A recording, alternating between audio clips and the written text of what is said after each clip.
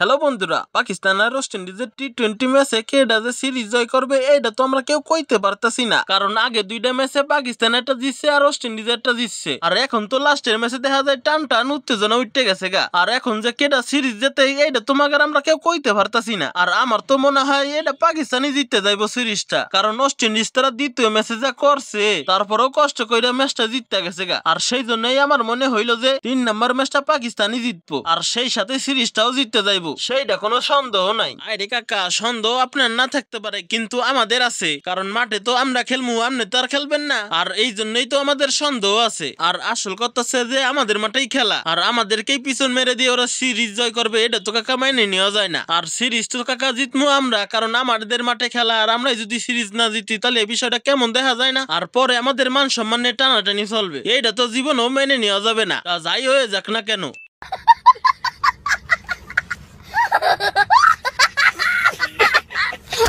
আরে দাদুরা, তোমরা সিরিজ জয়ের আশা করো কেমনে, জেনে আমরা আছি। আর তোমাদের মাঠে খেলা বইলা তোমাদের কি সিরিজ জিততে হবে এটা কোনো কথা নাকি? ওই আশা ভুললেও করো না দাদুরা, কারণ সিরিজ তো দাদুরা আমরাই জিতমু। আর তোমরা মনে হয় ভুলে গেছো তোমাদেরকে প্রথম ম্যাচে আমরা কি করেছি, ভুলে গেছো নাকি দাদুরা? তারপরেও তোমাদেরকে মনে করাই দিই, তোমাদেরকে প্রথম ম্যাচে যে আমরা টুনটুনি গাড়ি উঠাই দিছিলাম, আর দ্বিতীয় ম্যাচেও দিতে গেছিলাম, শুধু সামান্য একটু লাগে তোমরা ম্যাচটা জিততে গেছো গা। আর তোমরা সেই হিসেবেই তোমরা 3 নম্বর ম্যাচটাও জিততে চাও, এই আশা দাদুরা জীবন করো না, কারণ 3 নম্বর ম্যাচটা জিততেই আমরা সিরিজ জয় করবো। আর সেইটার মধ্যে তোমরা বাম হাত চালাই দিও না।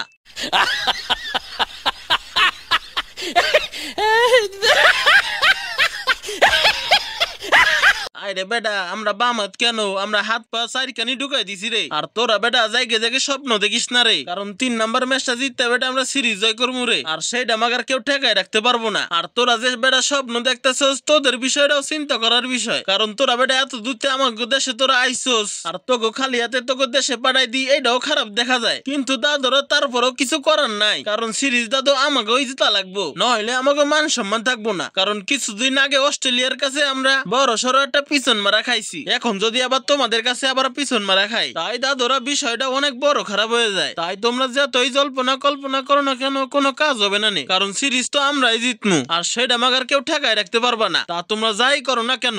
ओ भाई मारो मुझे, मारो मुझे, मारो नहीं, ये मजाक हो रहा है, एक सेकंड यार, मजाक हो रहा है। আরে বেটারা, তোরা তো ম্যাচ জিততে পারবি না রে, ম্যাচ তো আমরাই জিতমু। আর তোর তো মানবতার খাতিরে একটা ম্যাচ জিতাই দিছি রে। আমরা তো অস্ট্রেলিয়ার প্লেয়ার না যে তোকে মানবতা দেখামু না, তোকে মানবতা দেখাই তো একটা ম্যাচ তোকে জিতাই দিলাম। তারপরেও তোরা বেটা দ্বিতীয় ম্যাচ জিতার লাগে আশা করস কেমনে? আমি তো এইটাই চিন্তা করে পারি না। আমরা তো বেটা তোকে মানবতা দেখাই লস করলাম রে, যদি বেটা তোকে দয়া না করতাম তাহলে তো আমরা এত সময় সিরিজ জিতে যেতাম রে। समझ रहे हो समझ रहे हो ना? আরে বেটারা, তোকে দেখতেছি বেটা মানবতা শরীর রে বেটা, তোকে শরীরের ভিতরে বেটা কি রক্ত আছে রে, নাকি মানবতা ভরা তোকে শরীরের ভিতরে? আমাকে শরীরের ভিতরে বেটা আর তো মানবতা নাই রে। আর সেই জন্যই দেওস না বেটা, আমরা যারে পাই তাদের টুনটুনি গাড়ি উঠাই দিই। এই তো কিছুদিন আগে এই ওয়েস্ট ইন্ডিজে আমরা টুনটুনি গাড়ি উঠাই দিলাম, কারণ বেটা আমাকে শরীরের ভিতরে মানবতা নাই রে। আর সেই জন্য বেটা আমরা কারোর মানবতা দেখাই না, আর সেই জন্য বেটা আমরা যারে পাই তারেই খাইয়ে দিই।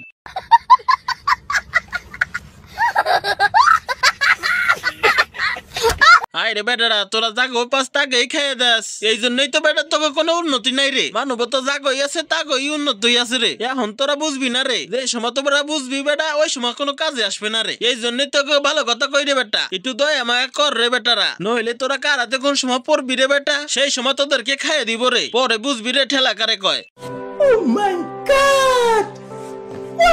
আরে বেটা, হপাই তুই আসল কথা কইলি রে, যে মানবতা জাগো মধ্যে তারাই উন্নতি করতে পারবো। আর সেই জন্যই তোকে মানবতা দেখায় দ্বিতীয় ম্যাচ তোকে জিতাই দিছি রে। আর তৃতীয় ম্যাচ আমরা জিতা সিরিজ জয় করবো রে, আর সেইটা বেটা কেউ ঠেকাই রাখতে পারবো না, তা যাই হয়ে যাক না কেন।